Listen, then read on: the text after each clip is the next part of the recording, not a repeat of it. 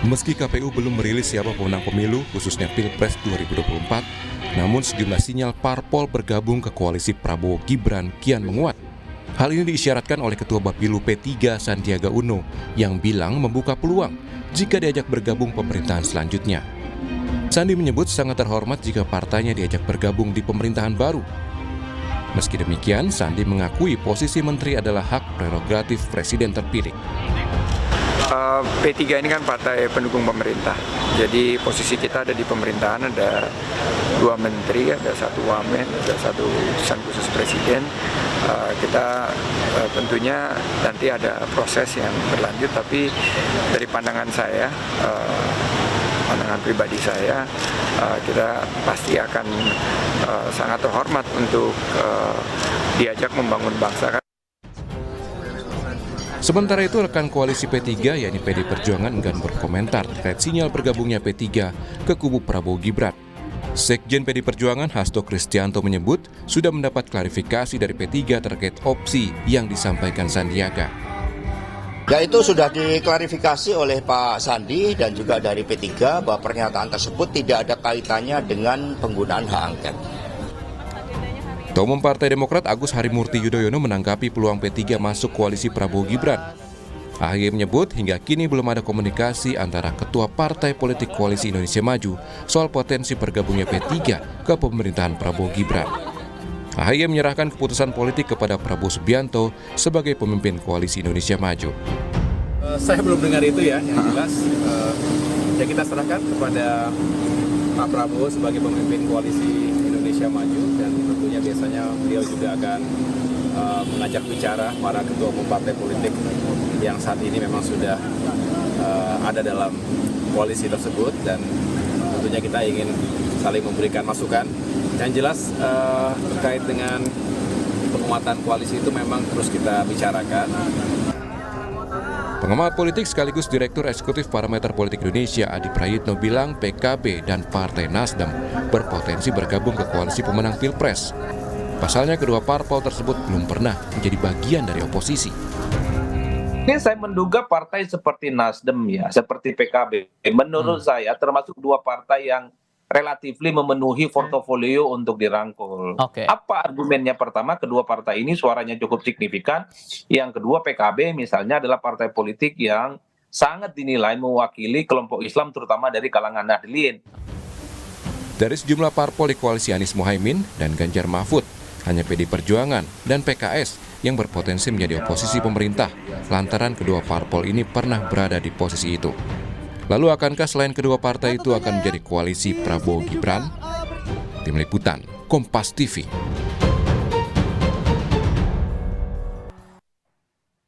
Lalu siapa koalisi, siapa juga yang akan menjadi oposisi? Ya, koalisi Prabowo Gibran diprediksi kuat menggandeng partai politik di koalisi lawan untuk menjalankan roda pemerintahan 5 tahun ke depan. Lantas siapa saja yang sudah beri sinyal akan bergabung menjadi koalisi? Kami hadirkan perbincangannya bersama sejumlah narasumber yang hadir di virtual. Ada juru bicara Partai Keadilan Sejahtera Pipin Sopian, lalu Wakil Sekjen PKB. Waalaikumsalam warahmatullahi wabarakatuh. Saiful Huda, dan analis komunikasi politik dari Universitas Paramadina Ahmad Khairul Umam. Selamat pagi, assalamualaikum semuanya. Pagi, waalaikumsalam warahmatullahi wabarakatuh. Ya, saya ke Mas Huda dulu deh nih, Mas Huda. Banyak yang bilang PKB ini DNA-nya katanya biasanya koalisi dengan pemerintah begitu ya, lekat dengan pemerintah. Dan sepertinya memang track recordnya dari periode ke periode ada di dalam lingkaran epicentrum kekuasaan begitu. Sekarang gimana nih kondisinya? Ya, yang pertama sebenarnya kita ngomongin soal koalisi gabung pemerintah atau oposisi, saya kira terlalu ke depan ya, terlalu di depan. Jadi masih terlalu karena dini sekali ya? lagi betul, karena sekali lagi ini tahapan yang saya kira momentum terbaik kita untuk melakukan evaluasi secara menyeluruh dari pelaksanaan pemilu kita yang tahapannya masih pleno di tingkat PPK di tingkat kecamatan, nanti ada fase berikutnya di kabupaten dan seterusnya itu. Jadi saya setuju kita ngomongin soal ini pasca penetapan resmi dari KPU siapa yang menang dan siapa yang kalah. Dan itu saya kira akan lebih objektif melihat persoalan ini terutama pada pendidikan politik di publik ya. Itu yang pertama, Mas. Yang kedua, saya tidak ingin mengandai-andai, tapi yang pasti partai koalisi perubahan masih solid sampai hari ini. Terakhir pertemuan 3 ketua umum partai, termasuk Pak Presidennya Kang Pipin, Pak Saihu, menyatakan secara tegas bahwa beliau bertiga tetap komit ada di jalur perubahan. Termasuk saat yang sama Gus Muhaimin ketika bareng dengan Mas Anies ketika menghadiri acara di tim hukum Anies, tim hukum Amin, menyampaikan bahwa beliau berdua tetap di jalur perubahan. Jadi apa yang sedang terjadi hari ini dinamika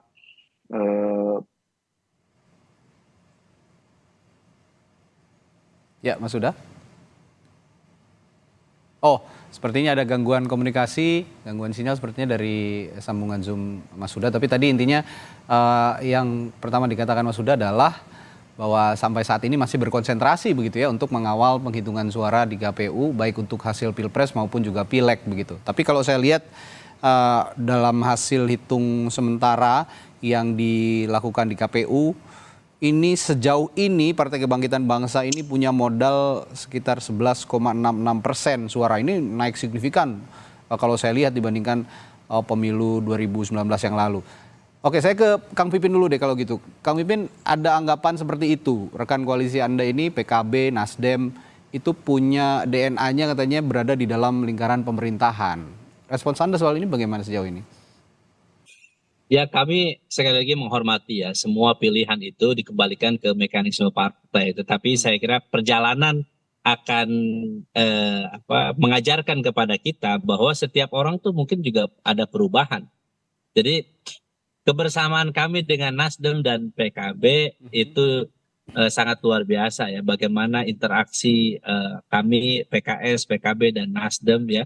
Dan mendapatkan dukungan yang luar biasa dari masyarakat, dari pemilih 01. Dan mereka sangat berharap bahwa kemenangan itu diraih oleh kita. Dan kalau saya katakan ini belum 20 Maret ya, perjalanan masih memungkinkan ini 2 putaran. Dan itu kita harapkan dan saya kira siapa yang menjadi koalisi pendukung pemerintah atau oposisi belum saatnya saat ini. Tentu kami berharap saat ini menjadi pemenang pemilu. Artinya perjuangan kita memang berharap menjadi pemenang pemilu ya, pemenang Pilpres sehingga bisa menjadi penyelenggara pemerintahan ke depan sehingga target-target agenda perubahan itu bisa dilakukan. Tetapi kalau kami siap kalah dan siap menang. Dan kalau misalnya kalah, apa yang akan dilakukan? Jadi tentu pimpinan akan mengambil sikap ya. Musyawarah Majelis Syuro PKS tentu akan mengambil sikap, mendengarkan aspirasi dari seluruh struktur PKS dari pusat sampai ke daerah sampai ke tingkat ranting dan juga mendengarkan aspirasi dari simpatisan dan pendukung PKS di seluruh Indonesia. Dan tentu aspirasi itu akan didengar dan bagi kami bersikap menjadi pendukung pemerintah atau menjadi oposisi itu pernah kami alami. Kurang lebih 10 tahun kemarin kami mengambil sikap menjadi oposisi di luar pemerintahan setelah kalah 2 kali di 2014 dan 2019. Sebuah pilihan karena melihat kewajaran dalam demokrasi harus ada oposisi dalam pemerintahan kita. Supaya apa? Supaya check and balances itu terjadi. Ya, jadi bagi kami siap berada di luar pemerintahan maupun di dalam pemerintahan sama-sama terhormat. Dan apa indikatornya? Tentu kami akan dengarkan aspirasi rakyat, aspirasi masyarakat, apa yang dikehendaki ke depan. Tapi saat ini saya harus sampaikan bahwa konsentrasi saat ini sebagaimana yang disampaikan oleh Mas Huda, jadi kita ingin menyelesaikan semua tahapan ini. Saat ini sudah masuk ke tahapan di KPUD, kemudian besok hari ini kalau tidak salah, penghitungan suara di KPU sudah mulai dilakukan, rekapitulasi nasional. Dan ini terus akan kami kawal, memastikan bagi kami adalah siapapun yang menang, siapapun yang kalah, selama tidak melakukan kecurangan, pelanggaran, kami akan menghormati itu semua. Oke, bicara koalisi, oposisi tentu juga bicara modal politik. Nah, kalau sekarang begitu Kang Pipin, kalau melihat hasil sementara dari rekapitulasi di KPU, saya lihat datanya di sini ada modal 7,55 suara sejauh ini. Ini sebelum saya tanya soal koalisi dan oposisi, hasil ini sejauh ini angka 7,55%, mungkin bisa bertambah juga. Apakah sudah sesuai ekspektasi PKS dalam pemilu 2024 ini? Kalau dalam penghitungan kami masih memungkinkan. Sekarang ini belum mencapai 90 atau 100%. Sehingga petanya masih mungkin berubah ya. Meskipun kita melihat sudah ada quick count ya, sudah ada yang sudah menyampaikan. Tetapi yang menjadi rujukan kita semua adalah hasil dari rekapitulasi tabulasinya KPU yang dihitung secara manual. Bukan secara Sirekap, yang Sirekap yang selama ini menjadi panduan. Kenapa? Karena Sirekap ini banyak terjadi fraudnya, terjadi persoalan error dan sebagainya. Apalagi di Pileg, di Pilpres saya kira hampir juga kesamaannya sehingga susah dirubah dan sebagainya. Jadi persoalan-persoalan di Sirekap ini yang menjadi acuan, menurut saya ini menjadi persoalan tersendiri. Jadi bagi kami saat ini fokusnya ada penghitungan manual, bukan penghitungan Sirekap.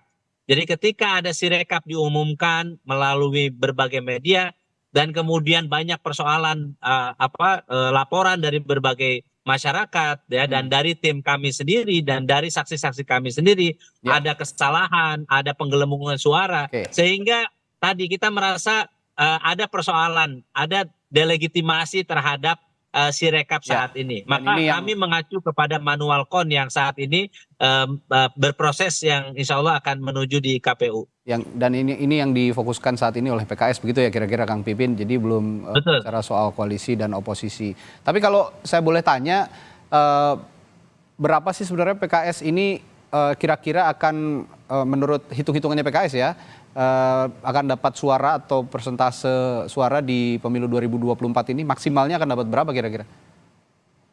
Ya kami kalau internal PKS kemungkinan ya di hitungan kami di angka 9 sampai 10%. 9 sampai 10%. Jadi wow, cukup tinggi ya. Ya itu yang mudah-mudahan ya yang dan tabulasi kami terus di rekapitulasi seluruh Indonesia oleh saksi PKS mulai dari tingkat TPS, kecamatan, kabupaten dan alhamdulillah kami bisa mengumpulkan cukup besar ya hasil dari semua saksi yang ada di Indonesia. Ya, hasil pileg ini juga kemudian nanti akan jadi modal saya yakin untuk bersikap begitu ya dari masing-masing partai politik baik di parlemen maupun juga di pemerintahan. Ini sama-sama ada untungnya, ada ruginya. Tapi saya akan ke Mas Umam dulu. Mas Umam, banyak pihak yang memprediksi begitu ya seperti PKB, Nasdem dan juga P3 ini terutama kemarin juga Ketua Bapilunya Sandiaga Uno sudah ada sinyal-sinyal begitu meskipun kata P3 belum definitif karena masih belum ada hasil Pilpres dan belum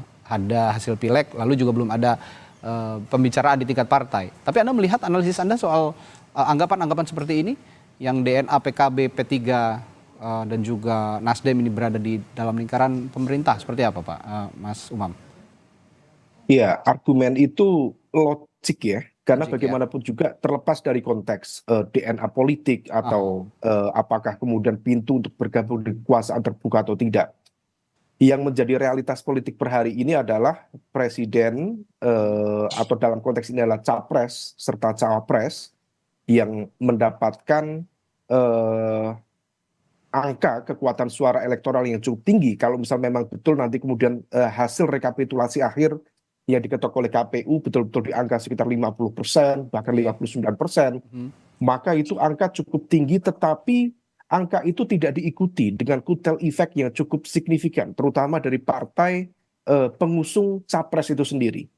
Realitas itu menjadi penting karena bagaimanapun juga target dalam konteks penyelenggaraan pemerintahan di fase awal transisi kekuasaan. Seringkali pemerintahan baru itu dihadapkan pada sejumlah turbulensi dan juga dinamika politik. Maka yang dibutuhkan adalah menjaga stabilitas pemerintahan itu sendiri. Nah, dalam konteks menjaga stabilitas pemerintahan, maka capres yang akan terpilih betul-betul akan dihadapkan pada kebutuhan atau semacam political dependency yang tinggi, atau semacam kebutuhan politik untuk kemudian mereka mengakomodir partai-partai dari luar koalisinya. Karena praktis kalau misal kita merujuk pada konteks koalisi di 02 misalnya, memang sangat besar. Tetapi kalau misal akumulasinya per hari ini itu masih berada di angka sekitar 45%. Dan angka itu tentu masih membutuhkan penguatan, terutama dari sisi legislatif. Karena praktis belajar dari Pilpres di 2009, Pilpres di 2014 terutama, di mana fase-fase transisi itu terjadi ya, dibutuhkan untuk mengamankan dinamika politik dan juga kekuasaan. Praktis pemerintah harus memiliki sekitar 60 bahkan 70%. Bahkan di era saat ini 80% lebih kekuatan dukungan di parlemen. Nah, untuk melakukan itu maka politik akomodasi menjadi sebuah keniscayaan. Nah, disinilah yang kemudian membuka ruang negosiasi bagi partai-partai yang kalah dalam konteks Pilpres, terutama misal di kubu 01 kalau misal nanti dinyatakan memang kubu 02 yang menang, atau kubu 03. Nah, sekaligus dalam konteks kalau misal tadi didiskusikan bagaimana posisi PKS, kemudian PKB, ini juga menjadi sebuah ujian terhadap konsistensi, termasuk keistiqomahan di dalam konteks narasi perubahan kemarin. Karena kalau misal kita cermati secara lebih detail, narasi perubahan kemarin itu menyimpan cukup banyak catatan kritis terhadap kredibilitas sekaligus moralitas etika dari pemerintahan saat ini. Kalau misal kemudian bergabung apapun ya atas nama rekonsiliasi, persatuan dan lain sebagainya, seolah kemudian menegasikan. Saya khawatir Mas Anies Baswedan sebagai capres kemudian akan ditinggalkan sendirian dengan narasi perubahan itu. Nah, oleh karena itu ini menjadi penting, meskipun di saat yang sama tentu capres terpilih akan membutuhkan, dan ini kesempatan yang baik bagi PKS misalnya. Kalau misal kemudian diajak negosiasi, tentu ini menjadi kesempatan karena PKS sudah puasa dari kekuasaan 10 tahun. Berkali-kali dalam beberapa kesempatan saya sampaikan, intermittent fasting itu sehat, baik. Tapi kalau nggak buka puasa, nggak buka-buka, itu bisa habis juga itu. Artinya bahwa dalam konteks kekuasaan juga sama. Meskipun ya, ini menjadi catatan bagi capres yang terpilih nanti, terutama untuk PKS, Kang Pipin dan teman-teman. Pengalaman ketika PKS berada di kekuasaan dulu di bawah pemerintahan Pak SBY, PKS menunjukkan karakter keberpihakan yang ganda. Dan itu tampaknya menjadi catatan cukup serius bagi partai-partai, di mana kemudian ada semacam bad cop dan good cop. Ada semacam pihak yang sehingga kemudian tidak mudah dipegang. Ini mana kepala, mana ekornya. Ada yang mendukung habis-habisan, ada yang menyerang habis-habisan. Dan dalam konteks kebutuhan pemerintahan baru, dalam upaya untuk menghadirkan stabilitas politik dan pemerintahan, itu relatif dianggap tidak produktif secara politik. Nah, ini yang kemudian perlu diantisipasi oleh siapapun nanti dalam proses negosiasi dan juga kompromi selanjutnya. Ya. Oke, saya kembali ke Mas Huda. Tadi Mas Huda sempat ada agak gangguan ya sambungan komunikasi. Sorry. Nggak apa-apa Mas Huda. Tapi tadi yang menarik dari pernyataan Mas Umam, memprediksi bahwa Mas Anies akan ditinggalkan sendiri. Respons Anda soal prediksi ini, Mas Huda? Ya, harus perubahan ini sudah melekat ya kepada pribadi, terkecuali saya kira partai politik dulu. Saya meyakini proses akan terus menyala dan hidup, dan kita lihat sampai nanti ujungnya seperti apa gitu. Itu saya kira menyangkut soal itu ya. Termasuk tadi Kang Pipin ya, check and balance itu menjadi penting ya, dan yang terbaik dari Pilpres dan Pileg 2024, konfigurasi partai politiknya itu menarik. Menariknya kemenangan pas misalnya ya, keunggulan suara sementara ini oleh 02 tidak diikuti oleh keunggulan partai koalisinya gitu. Nah, begitupun seandainya nanti di 20 Maret misalnya keunggulan dari pasangan 01 juga tidak diikuti dengan keunggulan partai koalisinya. Ya. Ya, Mas Huda. Ya, sepertinya masih ada gangguan koneksi. Dalam situasi begini, gitu. Ya. Karena kalau ngomongin soal oposisi. Halo, Mas? Ya, silakan. Sepertinya masih ada gangguan sedikit koneksi. Tadi terputus-putus, agak terputus-putus, tapi ada beberapa yang bisa kami tangkap juga, Mas Huda. Oke. Ya. Sudah bagus, Bang? Ya, silakan. Ya. Jadi sangat relevan hari ini kita ngomongin soal check and balances itu pada konteks demokrasi masa depan kita pasca pemilu 2024.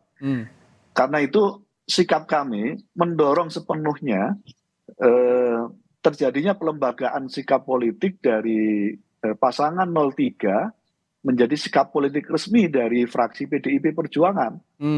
Supaya check and balance ini bisa kuat ketika suatu saat terjadi koalisi antara 01 dengan 03 misalnya. Gitu. Dan saya kira ini akan bisa menjaga kesehatan demokrasi. Tapi begitupun saat yang sama ketika 03 misalnya bergabung dengan pemerintahan misalnya dan hanya menyisakan koalisi partai pasangan 01, saya kira tidak akan cukup berarti kekuatan oposisi ini karena di parlemen masih relatif dipenuhi oleh mayoritas the ruling party pemerintahan yang akan terbentuk gitu. Nah pada konteks ini terus menjadi penting perbincangan menyangkut soal pilihan oposisi maupun koalisi ini. Ya, ini memang saya sepakat kalau Anda mengatakan perlu adanya pihak yang mengkritisi pemerintah dalam hal ini oposisi begitu sebagai checks and balances gitu ya, langkah checks and balances sebagai langkah keseimbangan antara eksekutif dan legislatif. Kalau dalam pemerintahan kemarin kan sepertinya ya adem-adem saja gitu ya karena mayoritas partai politik diakomodasi oleh pemerintah berada di dalam lingkaran kekuasaan. Mungkin pada periode ini alangkah lebih serunya begitu kalau memang ada penyeimbang di parlemen sebagai oposisi. Tapi saya akan minta pertimbangan juga dan pertanyaan juga pada masing-masing partai politik termasuk Mas Huda dan Kang Pipin. Kang Pipin dulu deh soal apa sih yang menjadi pertimbangan partai politik dari PKS di internal PKS biasanya untuk menentukan oke, kita akan berkoalisi, oke, kita akan beroposisi dalam konteks pemilu. Kalau kita lihat kan 10 tahun pernah berada di dalam koalisi, tadi kata Mas Umam juga meskipun ada kurang seimbang begitu ya di dalam pemerintahan PKS di eranya Pak Presiden SBY, itu 10 tahun berada dalam koalisi. Lalu setelah itu di era Presiden Joko Widodo juga ada di luar koalisi sebagai oposisi. Nah ini pertimbangan-pertimbangan apa sebenarnya yang diambil oleh PKS biasanya secara kultural untuk mengambil langkah oposisi dan koalisi. Tapi jangan dijawab dulu ya Kang Pipin, kita akan bahas hal ini setelah jeda di Sapa Indonesia Pagi. Tetaplah bersama kami.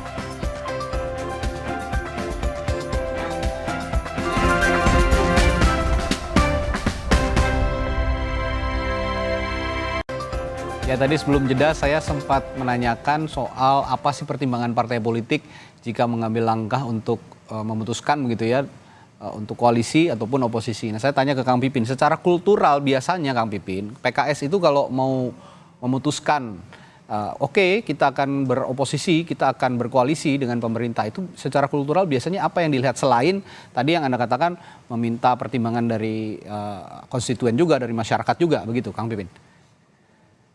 Ya, saya kira pertama tadi ya, kami biasanya yang kami lakukan adalah meminta masukan dari konstituen, dari pemilih kita seluruh Indonesia ya, aspirasi struktur, kader PKS semuanya. Kenapa? Karena partai ini kalau tidak ada bukan berdiri sendiri. Jadi kita dapat dukungan pemilih seluruh Indonesia saat ini. Dulu misalnya 11 juta misalnya. Kita dengarkan bagaimana struktur PKS memberikan masukan, kader-kader PKS itu memberikan masukan.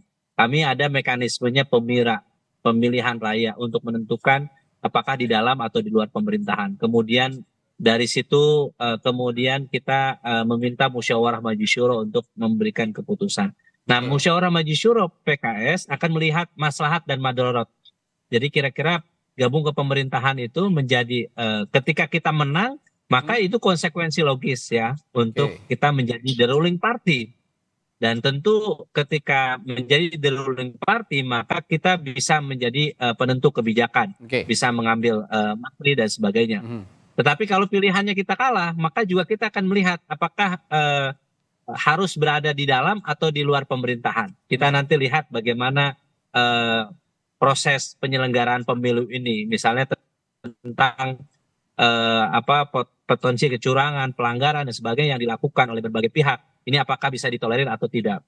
Dan selanjutnya adalah terkait dengan kepantasan demokrasi. Kita selalu melihat ya, check and balances itu penting. Kita sangat berharap bahwa sebetulnya dulu kami punya pandangan namanya pelembagaan koalisi. Jadi dulu saya sendiri termasuk yang punya pandangan bahwa kalau misalnya kalah lebih baik jadi oposisi saja. Kalau menang menjadi the ruling party. Itu pilihan logis untuk apa? Untuk membangun check and balances. Karena kami punya pandangan di luar maupun di dalam pemerintahan itu sama-sama terhormat. Sama-sama membangun bangsa. Jadi tidak melakukan perongrongan dan sebagainya. Kita bisa menjadi oposisi yang kritis, ya, konstruktif. Dan ketika di dalam pemerintahan, kita bisa juga menjadi mitra pemerintah yang kritis konstruktif juga. Jadi bagi kami, makanya kalau melihat dari rekam jejak PKS waktu di pemerintahan Pak SBY, meskipun kami mendukung pemerintah, tapi kami juga bisa mengkritik kalau misalnya jalan pemerintahannya tidak pro rakyat atau misalnya tidak berpihak kepada kepentingan rakyat. Itu tadi yang dibilang Mas Umam sebelah-sebelah itu tadi ya. Jadi sikap PKS memang tadi kita tidak menghendaki kebijakan pemerintah yang membebek. Jadi kita tidak ingin bahwa semua kebijakan kalau itu membebani rakyat, misalnya kenaikan harga BBM. Kenapa kami misalnya waktu pemerintahan Pak SBY menolak itu? Karena waktu itu kondisinya rakyat sedang susah. Terus kemudian masa kebijakan itu harus diterapkan? Sebagaimana saat ini, apalagi ketika kami di oposisi, kami menolak misalnya pemindahan IKN dari Jakarta ke Kalimantan. Kenapa? Kondisinya tidak memungkinkan pasca COVID. Kita butuh dana negara. Misalnya apalagi undang-undang tentang Omnibus Law Cipta Kerja. Kenapa kita menolak? Karena itu merugikan para pekerja kita. Banyak korban-korban undang-undang Cipta Kerja yang saat ini butuh pembelaan. Bayangkan kalau tidak ada oposisi, mereka disuarakan oleh siapa? Jadi pada disitulah kami merasa bahwa sikap oposisi yang akan dilakukan oleh PKS, ya tentu sekali lagi kami akan yang memutuskan pada akhirnya adalah Musyawarah Maju Syuro. 99 anggota Maju Syuro seluruh Indonesia yang akan memutuskan itu. Tapi kalau saya lihat dari pernyataan Kang Pipin ini barusan kayaknya sih yakin oposisi ya. Kalau lihat pemerintah yang kalau tidak ada penyeimbang siapa yang menyuarakan, ya itu benar juga begitu Kang Pipin. Kalau jadi oposisi juga sama-sama terhormat. Tapi begini, yang menarik begini Kang Pipin, saya ada sedikit analisis lah begitu ya. Kalau memangnya nanti setelah pileg ada hasil begitu ya, terlihat ditetapkan suara pileg lalu pilpres gitu kan. Dia bayangan saya 01, 03 partai-partai koalisinya bergabung. Tapi di situ ada PDI Perjuangan, Kang Pipin. Secara kultural PKS kan nggak pernah ada sejarah untuk berkoalisi atau bekerja sama secara politik dengan PDI Perjuangan. Kalau memang itu terjadi, sebenarnya bayangan seperti apa sih, Kang Pipin? Yes, sebetulnya ya setiap kita ini bisa bekerja sama di manapun, baik di dalam maupun di luar pemerintahan. Jadi kalau saya katakan tadi, oh mungkin nanti siap-siap oposisi. Saya katakan pemilunya belum selesai. Pilpresnya belum diumumkan siapa pemenangnya. 1 putaran atau 2 putaran. Prosesnya masih berlangsung. Jadi masih memungkinkan kami, saya dengan Mas Huda itu menjadi the ruling party. Kalau ini 2 putaran, kemudian Anies Muhaiminnya menang. Jadi bagi kami memang opsi-opsi itu bisa dilakukan ya. Dan kami masih optimis sampai saat ini bahwa kita insya Allah mudah-mudahan 2 putaran, dan 2 putaran itu nanti mudah-mudahan kita lihat ya bagaimana konstelasinya ke depan, dan kami sampai saat ini masih optimis. Dan kami suara di KPU sampai akhir. Jadi bagi kami dengan siapapun kami siap bekerja sama dan menunjukkan apa buktinya. Di pilkada kami bisa berkoalisi dengan PDIP, dengan ada PKB, ya, dengan di pilkada beberapa dan PDIP ada kerjasama. Nah ini juga mungkin bisa aja diwujudkan gitu ya di tingkat pusat nanti kalau memang hasilnya sudah definitif begitu. Saya ke Mas Umam lagi. Mas Umam, kalau melihat periode yang sedang berjalan ya, periode sebelumnya juga ini kan mayoritas partai-partai politik dirangkul oleh pemerintah begitu ya. Kita lihat ada PDI Perjuangan, P3, PKB, Nasdem. Ini kalau analisisnya Anda lihat di pemerintahan yang baru nanti begitu, meskipun kita belum ada bayangan siapa yang akan menjadi pemerintah baru nanti, tapi bayangan Anda kira-kira partai-partai yang ada sekarang yang sudah terpecah di Pilpres kemarin akan kembali bersama nggak kira-kira? Secara general, partai-partai kelas menengah secara elektoral, termasuk yang partai yang secara elektoral juga lolos tapi tidak begitu kuat secara elektoral, ada kecenderungan secara karakteristik mereka tidak siap untuk berhadapan-hadapan dengan kekuasaan. Dan mereka juga rasa-rasanya tidak dididik untuk lama-lama berpuasa dari kekuasaan. Karena berpuasa dari kekuasaan itu impact-nya cukup signifikan. Apalagi kalau misal kemudian the ruling power, penguasa yang memegang kekuasaan itu menggunakan cara-cara yang barangkali dalam konteks relatif agak politically repressive gitu ya. Artinya bahwa dalam konteks ini itu impact-nya bukan sekedar semata-mata dalam konteks bargaining position berapa menteri yang didapat, kemudian berapa aliran logistik politik yang bisa diakses, tetapi juga kemudian menyangkut keselamatan politik dalam tanda kutip dari stabilitas di internal partai, kemudian juga stabilitas kepemimpinan di dalam partai. Dan itu teruji dalam beberapa studi kasus partai-partai yang selama ini mencoba untuk berada di luar kekuasaan. Nah, oleh karena itu, ini yang kemudian tampaknya dihitung betul oleh partai-partai politik, terutama kelas menengah, kemudian yang secara elektoral relatif rendah. Nah, oleh karena itu, kalau misal kemudian tadi saya menangkap misalnya dari Kang Pipin ya, ada semacam kepercayaan diri dari PKS untuk mengambil posisi sebagai oposisi, karena bagaimanapun juga akan selalu ada ceruk yang bisa digarap dari kekuatan oposisi itu, meskipun secara basis kekuatan suara barangkali berkisar di antara 20-25%. Tapi di saat yang sama saya juga masih menangkap ada semacam kesan PKS juga masih membuka ruang untuk dilobi. Dan ini tampaknya menjadi sebuah catatan serius. Apakah kemudian menjadi oposisi itu menjadi betul-betul genuine, ataukah sebenarnya ini hanya mengulur waktu saja? Ya, Mas Umam, saya tertarik dengan pernyataan Kang Pipin juga tadi, bahwa meskipun Anda tadi mengatakan sejumlah partai-partai yang sekarang ada di barisan 01 dan 03 belum secara psikologis belum terlalu siap untuk menjadi oposisi, tapi kalau kita mengacu pada pernyataannya Kang Pipin tadi mengatakan bahwa kalau memang tidak ada penyeimbang, siapa yang akan menyuarakan suara di bawah? Karena PKS kemarin berjuang relatif sendiri begitu untuk menyuarakan keluhan-keluhan masyarakat. Nah, kalau memang nanti ya memang adem-adem saja kondisi politik di tataran partai politik, tapi di bawahnya juga kan bergejolak dan tidak ada yang mendengarkan aspirasi itu. Kalau memang tidak ada penyeimbang, potensinya akan seperti apa nanti, Mas Umam?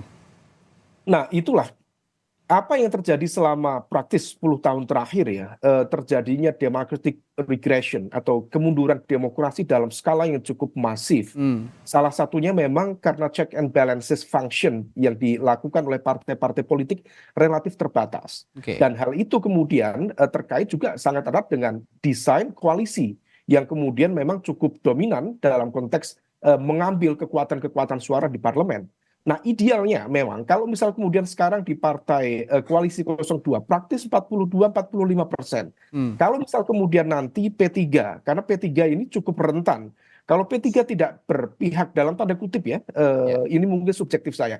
Kalau sampai P3 tidak berpihak pada kekuasaan, maka itu berpotensi rentan pada keselamatan dan eksistensi partainya. Eksistensi partai. P3, karena kalau misal hasil quick count 4,2% dan di atas ambang batas parliamentary threshold 4% hanya 0,2%. Ibaratnya diambil satu kursi saja itu bisa berpotensi zero sum game, hilang dari kekuasaan, hilang dari Senayan. Nah, oleh karena itu keberpihakan P3 sangat-sangat mudah untuk ditebak dan kemarin dikonfirmasi oleh Mas Sandi.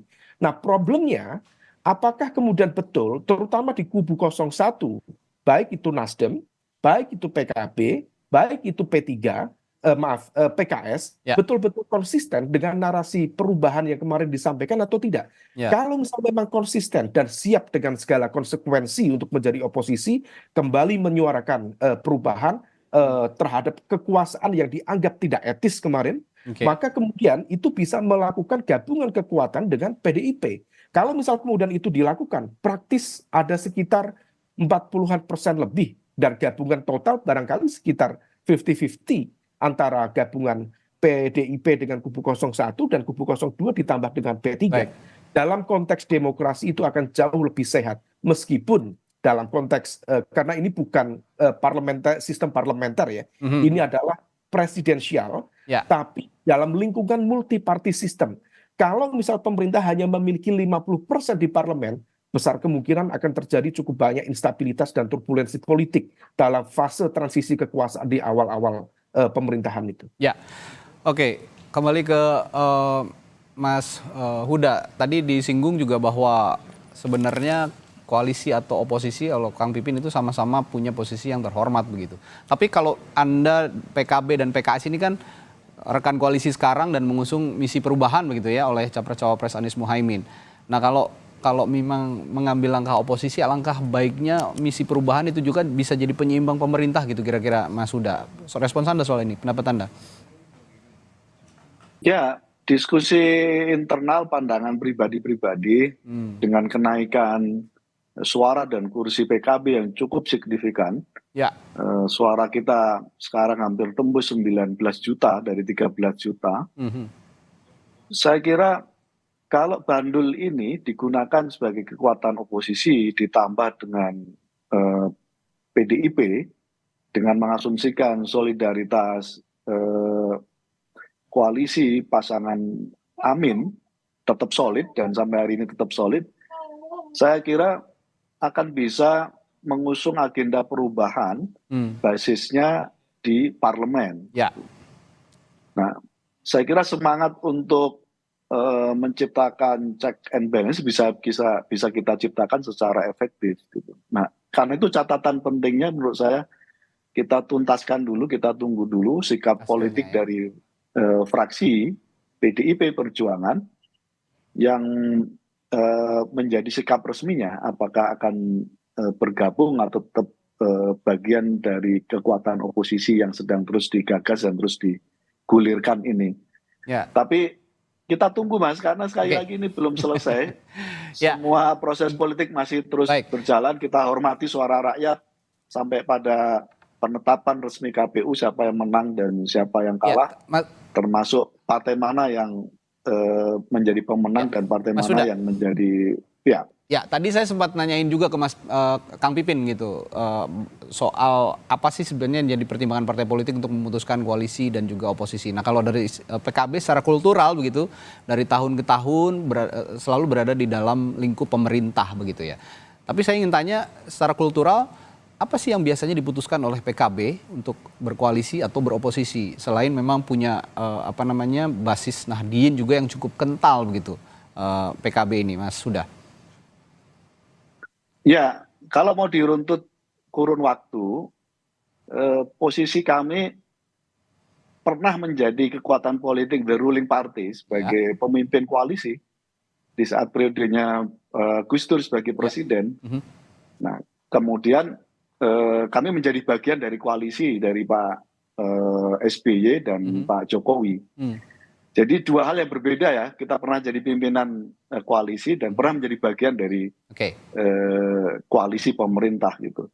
Jadi perubahan ini sama saja fitrahnya kalau suatu saat nanti kita mengambil kekuatan oposisi, ya biasa-biasa saja. Biasa saja, karena peran ini juga dimungkinkan untuk dilakukan oleh PKB. Berarti ya kalau sekarang jadi oposisi bisa lah ya kira-kira. Kalau sekarang jadi oposisi untuk penyeimbang tadi di parlemen, kalau memang dari tahun ke tahun pernah jadi ruling party, mengkoordinir koalisi, lalu juga bagian dari koalisi, apakah mungkin sekarang jadi oposisi? Nah ini kalau memang mengacu pernyataannya Mas Huda tadi nunggu dulu hasil pileg gitu ya kira-kira.